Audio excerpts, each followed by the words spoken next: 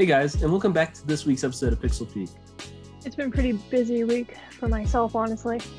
Yeah, midterms definitely have kept me busy. At least they're over now, for the most part. Aside from that, though, let's talk about something more enjoyable.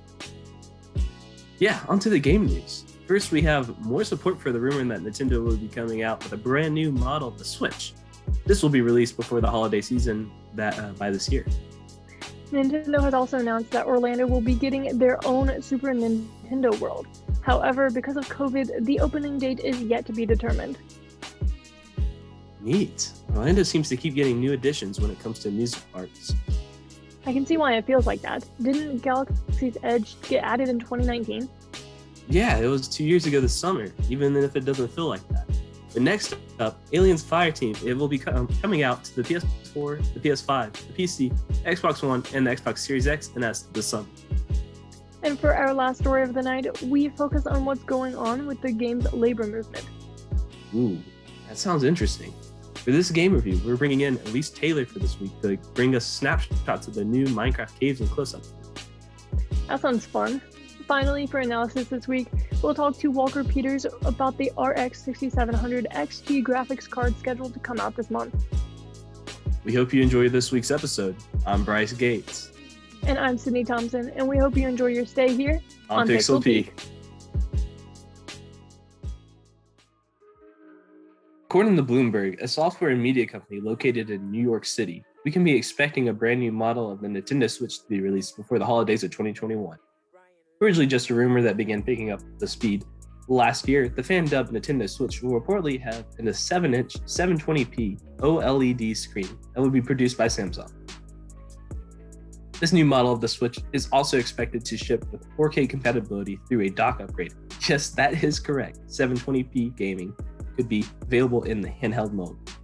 While the output to a television could have the ability to reach 4K, Bloomberg states that these claims come from people familiar with the plan in terms of Nintendo's future. Now, since this is Nintendo we are dealing with, we can obviously expect them to deny any sorts of claims of the new system. Just last month, Nintendo president Shintaro Furukawa stated that Nintendo would not be introducing an upgraded Switch model anytime soon. This may be true, but Nintendo's history shows plenty of upgrades to existing platforms, such as the new 3DS XL and the Nintendo Switch Lite. Nintendo of America President Doug Bowser also stated in December that the company is always looking to improve the gameplay experience, whether this be on the current platform or a future platform. Also claiming at the same time that the Nintendo Switch is at the midpoint of its life cycle. Keep in mind that none of this has been officially confirmed by Nintendo of Japan, but as more and more updates to the story are released on a daily basis, we can surely expect something to be announced soon. If you have been following along with Nintendo news, then you surely know by now that Super Nintendo World soft opened in Osaka, Japan early February of this year, and they hope to do even better as COVID-19 restrictions continue to be lifted. Well, this story comes with a mixture of both good and bad news for us in the United States. Good news is Nintendo has already begun construction on Super Nintendo World Orlando, anticipating equal success in the States. But unfortunately, due to COVID-19, has had to juggle the opening date. Originally, Epic Universe, which will be Universal's third theme park in Orlando, had hoped for a 2023 opening date, but now have to push that date back to 2025, according to the mayor of Florida. Universal released a statement following the mayor, stating that construction has begun immediately, but is expected to take several months before reaching full speed as Universal restaffs for the project and reassembles its vendor and contractor teams. Some of the main attractions we can look forward to are Mario Kart Koopa's Challenge and Yoshi's Adventure. The park also includes Nintendo-themed food stands and restaurants, as well as many interactable objects around the park, such as gold question mark blocks. If you would like to see more behind-the-scenes information on what the one in Orlando may look like, then be sure to check out Super Nintendo World Japan and the Nintendo Direct released in December of 2020. Aliens Fireteam will be releasing this summer and takes place in the same universe as the movies, set just after Alien 3. This means that the Xenomorphs are both known and considered a highly dangerous threat. Thus that the game is set as colonial marines are being deployed to eradicate the Xenomorphs from various space colonies. The game is the very first title developed by Cold Iron Studios and will be released to the PS4, PS5, PC, Xbox One, and the Xbox Series X and S. The players will control a rookie colonial marine, which will be made up of 5 classes to choose from: Gunner, Demolitioner, Technician, Doc, and Recon. Each class starts off with a base ability that will help them in their specified role. As you level up, new abilities specific to their class will become available, as well as over 30 weapons in the game being unlocked over time, along with over 70 mods and attachments. If that's not enough, there will be also a perk board for players to further customize their character by choosing how to modify their class-specific abilities. This fits in with the game's intention of being challenging and requires strategy. From the start of your first choice being which of the 5 classes to choose, as you can only have a team of 3 players at a time. The game will have a 12-story-based mission spread across 4 campaigns, which are set in colonialized worlds. The Xenomorphs will be attacking the fire team in hordes made up of 11 different variations, which include spitters, warriors, bursters, facehuggers, praetorians, and more. Little is known about these different types, but we can expect each to be challenging in their own way. The Xenomorphs won't be the only enemies in the players having to encounter, as synthetics from the Weyland-Yutani company join the fray, as well as other enemy types that haven't been specified at this time. While Alien Fire teams have been developed by a company with no past projects, we can still expect this game to be fun and enjoyable, as their ranks are composed of just over 20 industry veterans. Last semester, we talked about Cyberpunk 2077 and the broken promises made by CD Projekt Red of not forcing crunch time on their employees. As we discussed, crunch time can result in 100-hour work weeks for some employees and has been an industry standard for years, and is still in practice at studios such as Rockstar Games, BioWare, Naughty Dog, and many others. That doesn't mean that things won't change, however. One of the chief antagonists to crunch time is the developer Crispy Creative. This is an indie company and has only one full-time employee, the co-founder Kylan Coates. Nevertheless, Coates has determined that their company should counteract the stigmas in the industry that highlight an unhealthy work/life balance. To do so, they started by paying their employee applicants for their design tests, which most AAA developers shy away from. Coates is sure that they're making a difference, saying indie developers are normally the trailblazers, and then AAA follows. Supergiant Games is another small developer that has implemented policies in support of their workers in a couple of different ways. Initially, they had created an unlimited time-off policy, but actually found that this had the opposite effect. So they also added a mandatory time off, as well as mandating no work-related emails over the weekend. Another effort to support game workers is unionization, which has been making recent gains in the game development industry. Chief of this is with Paradox Interactive, who signed a collective bargaining agreement with 200 Swedish union members this past year. Another incident involved a group of contracted writers who were working on a mobile app titled Lovestruck, Choose Your Romance, when they banded together and went on strike for 3 weeks in demand of better pay. In the end, they succeeded, and their victory marked the very first successful game worker strike in history. Unionization and company policies aren't the only options, however. In opposition to the traditional company structure, some small to mid-sized companies are instead operating as worker-owned collectives. Included in these are Future Club, Co-op, Motion Twin, and the Glory Society. This structure allows for more freedoms to be taken in making creative changes, which in the past have been lost in company hierarchy. We can hope that all of the small endeavors will add up to an overall healthier game development industry.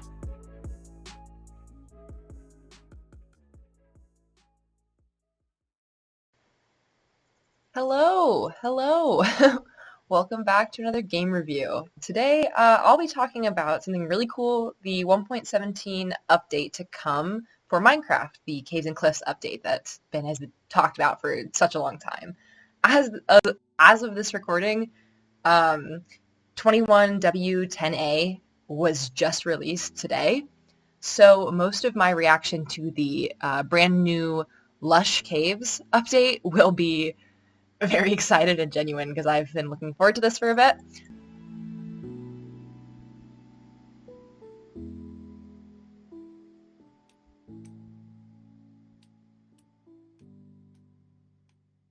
I love how the glowberries provide like natural lighting in the caves, because I was pretty worried that they would get really dark and you wouldn't be able to see them. But I love how they implemented them as kind of a natural lighting. It's just beautiful. One of the really cool things I've been looking at is powdered snow. So I'm going to place this. I'll set my game mode to survival just so you can see. And you can see the effects of that. That's so cool. I think it'll start to do damage. Yeah, look at my hearts. Oh, so it starts to do damage to you. That is cool. One of the things that everyone has been talking about the new update, glow squids. So let me see if I can spawn some glow squid. They're so pretty. Oh! Look at them! I'm gonna feel bad about this. Oh, I'm sorry. Okay. So when you kill a glow squid, you get the glow ink sac. And I think that can be used for a few different things. Some new items. Ooh! Don't die, don't die, don't die! I know that you can use these glow sacks to make these glow item frames. So now when you place something down, item frame, you'll get more of a glow-like effect to it than, per se, let me just put down, for example, normal item frame.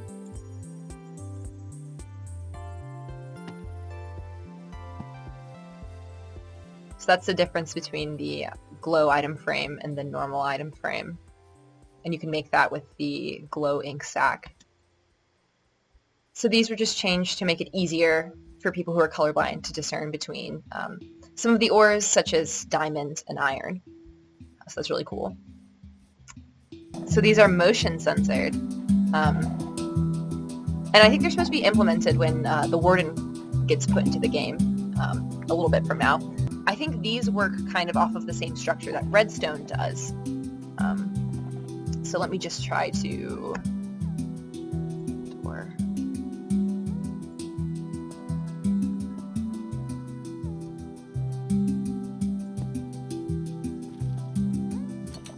Oh yeah, okay.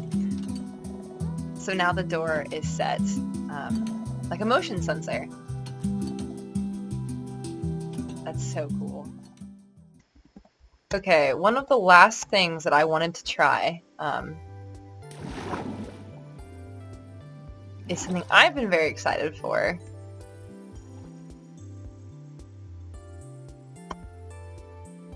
Axolotls.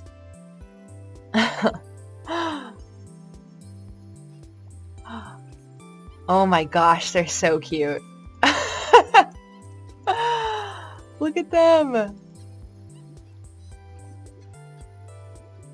I'm gonna spawn in front of them.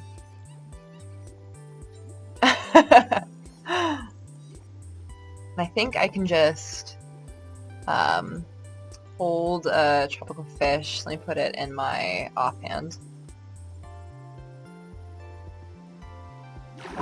And they'll all follow me. Just like this. Let me spawn a guardian.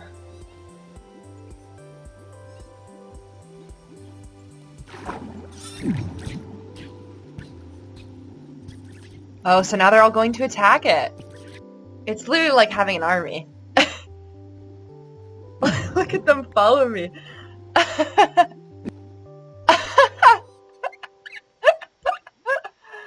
Oh my gosh. With that, I think that concludes my little exploration through what they've done so far with the 1.17 update through snapshots.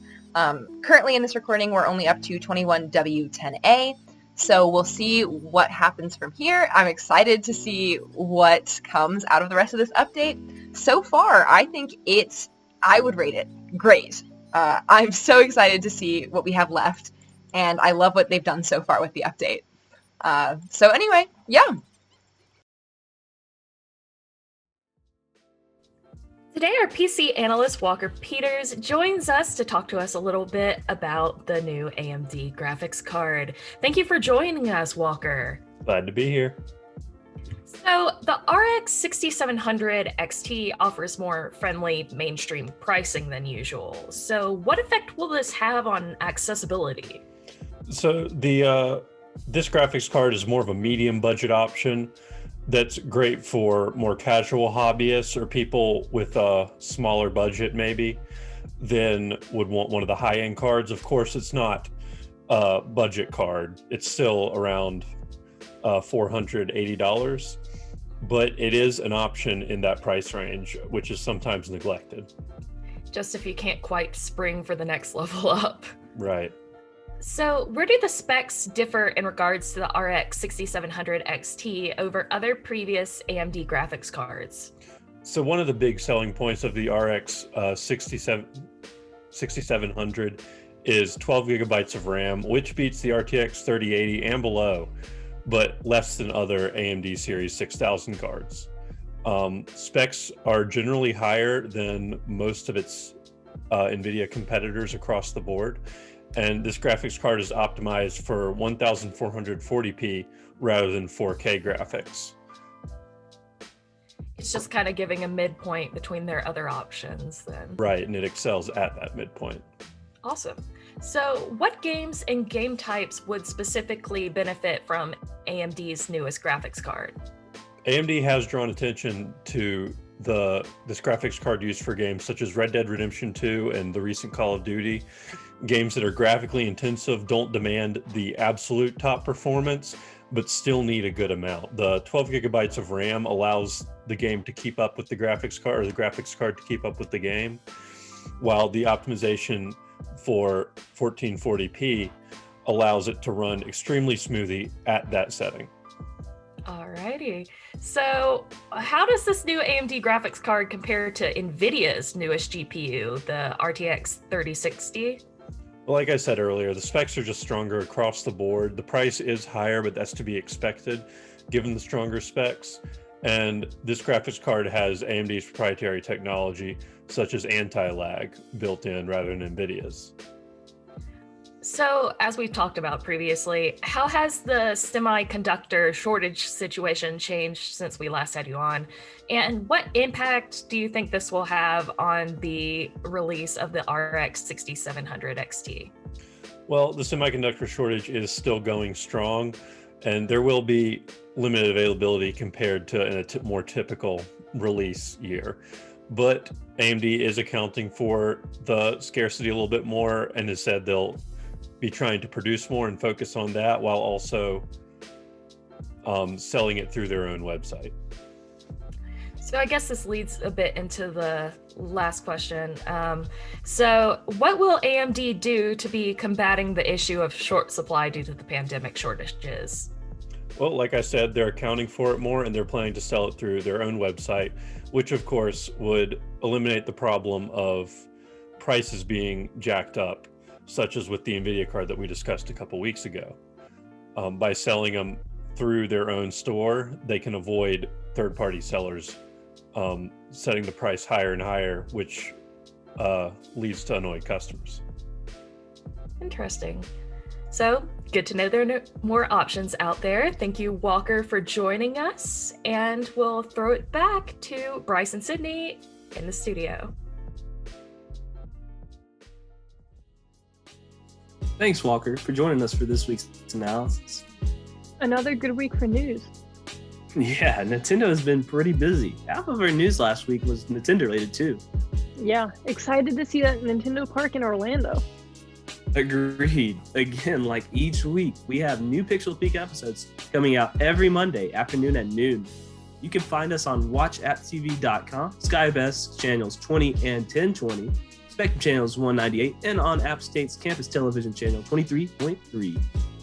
And you can always get reminded of upcoming episodes by following our Facebook, Twitter, and Instagram accounts at PixelPeakAppTV. Of course, we have our incredible crew to thank for another great episode. Thanks to writers Rebecca Larson, Josh Bill, and Zach White, along with PC analysis Walker Peters and producers Nick Corbin, Elise Taylor, Haley Cipher, and Jacob Barber for another week of impeccable gaming industry content. Thank you all for watching, and we hope you enjoy your stay here on Pixel Peak.